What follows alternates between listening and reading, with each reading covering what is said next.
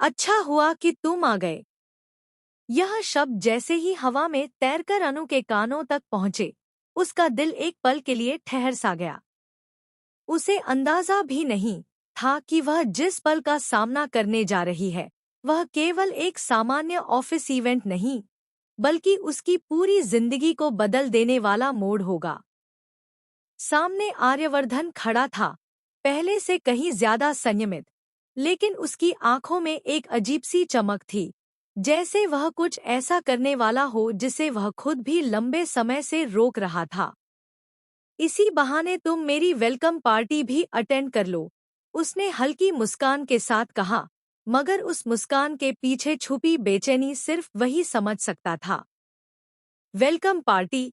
अनु ने हैरानी से पूछा, क्योंकि सुबह ऑफिस आई थी तो उसे किसी पार्टी की भनक तक नहीं मिली थी। आर्यवर्धन कुछ पल उसे देखता रहा, जैसे वह उसके चेहरे पर उभरने वाली हर छोटी से छोटी प्रतिक्रिया को पढ़ लेने की कोशिश कर रहा हो। हाँ, उसने धीरे से कहा, आज तुम्हारे वापस आने की खुशी में यह वेलकम पार्टी ऑर्गेनाइज की गई है। उसके शब्दों ने अनु को वहीं जड़ कर दिया। उसके दिमाग में एक झटके से कई सवाल तैरने लगे। उसके वापस आने की खुशी, वो भी इतनी बड़ी पार्टी? लेकिन यह सोचने का समय नहीं था, क्योंकि तभी हॉल की चमकदार लाइटें पूरे कमरे में फैल गईं और सभी स्टाफ एक साथ तालियां बजाने लगे। अनु को लगा जैसे पूरे कमरे की निगाहें सिर्फ उस पर टिक गई हों। स्टेज के बीचों बीच माइक हाथ में लिए आर्यवर्धन खड़ा था। उसके सामने इतनी भीड़ थी, लेकिन उसकी नजर सिर्फ एक चेहरा ढूंढ रही थी, अनु। ये पार्टी, वह बोलना शुरू करता है, उस लड़की के लिए है, जिसने अपने काम से इस कंपनी को एक नए मुकाम पर पहुंचाया है।